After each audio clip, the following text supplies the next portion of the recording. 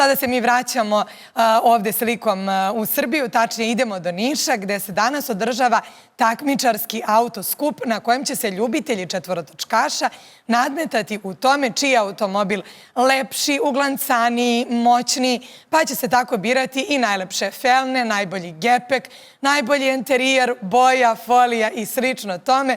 Zbog toga nam se iz Niša ponovo ovog jutra javlja naša Marija Marinković koja proverava koliko su vlasnici spremni daleko da idu kada je reč o ulepšavanju i o ojačavanju njihovog automobila. Marija, da li je sve spremno za susret ljubitelja moćnih automobila?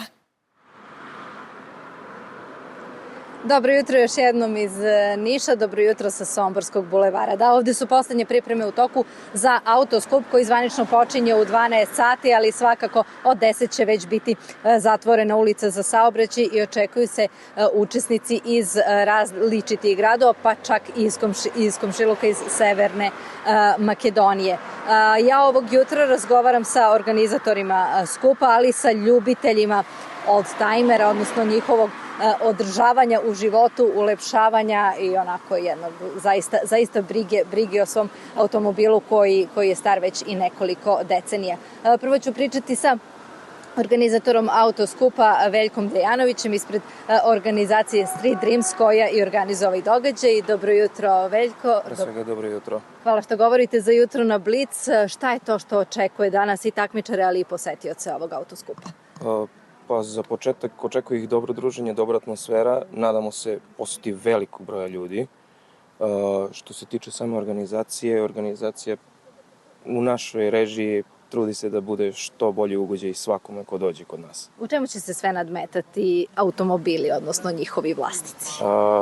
Automobili, odnosno vlasnici će se nadmetati u styling kategorijama, različitim styling kategorijama, tako da u principu biće za svakog po nešto. Biće i podklasa, biće i igra za posetioce, tako da neka dođe ljudi pa će vidjeti. Evo, mi tu imamo i sada uoči početka i nekoliko automobila zaista reprezentativnih. Ovde prva u kadru nam je Lancia iz 90. godine i njen vlasnik Stevan. Evo vidimo, o njoj se pisalo i u onim starim časopisima. Dobro jutro, Stevane. Dobro jutro i vama. Evo, rešili ste da koliko, znači od 90. godište je sama Lancia, koliko je to, boga mi ozbiljne godine, 36. Šta vas drži da je ne prodate? Ipak verujemo da je ulaganje u oldtimere onako ozbiljno skup sport. Da, još kao mlad kad se pojavio te 90. godine kad je izašao taj auto, prvo sam kupio taj časopis koji dan danas čuvam. To je bio moj dečki san koji se najzad ostvario. Auto imam nekih 10 godina i u njemu uloženo dosta truda i rada.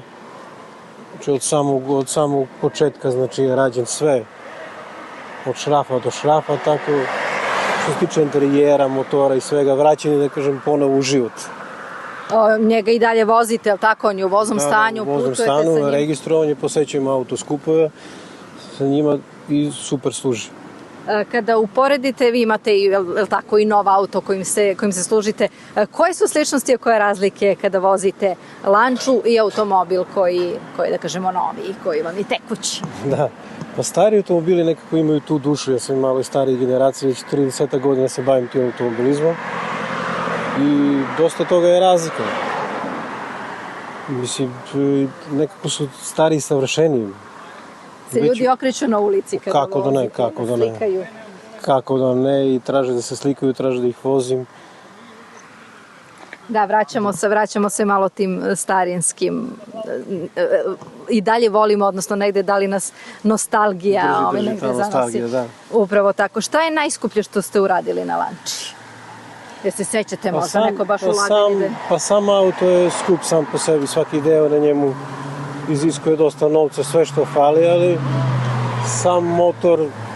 sam motor je urađen, to je najskuplje, znači što se tiče toga. Kompletna restauracija, što se tiče interijera, sve iziskuje dosta truda, vremena i novca. I dokle planirate tako sa Lanciom da idete na razna takmičenja i izložbe? Dokle god mogu. Znači, ljubav je velika prema? Ljubav je velika prema tome, kažem, traje to već 3 decenije i više, tako da ne posustajem. Koliko u proseku često posećujete majstora sa Lanciom? Pa ne posjećam majstora, imam sreću što sam sam majstor i sam održavam to vozilo. Tako da, ali iziskuje svaki put postoji neka dorada, uvek nešto hvali, uvek nešto treba da se radi, da se dokupi, tu nema kraja. A šta biste savjetovali druge ljude koji ne bi tako lako da se odreknu svog oldtimera, već bi poput vas da ga unapređuju i nadograđuju? Šta je potrebno osim novca, naravno? Sama ta ljubav održava, sama ta strast prema tim automobilima koje mi imamo, ne samo ovaj, nego mnogi koji će danas da dođu. Znači, svi smo ljubitelji, pa savjetujem da čuvaju svoje ljubimce, da ih održavaju i da uživaju njime. Svakoga dana, kod mogućnosti.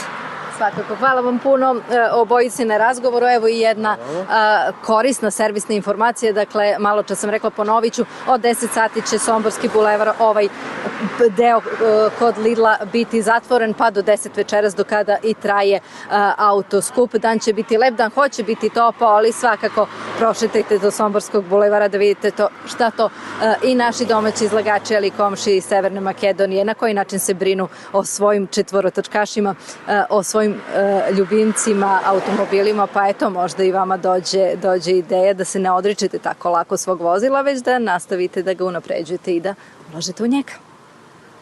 Ja sam onda pravi kandidat da dođem tu. Hvala najlepše, Marija, na ovoj lepoj slici i na ovom sjajnom uključenju.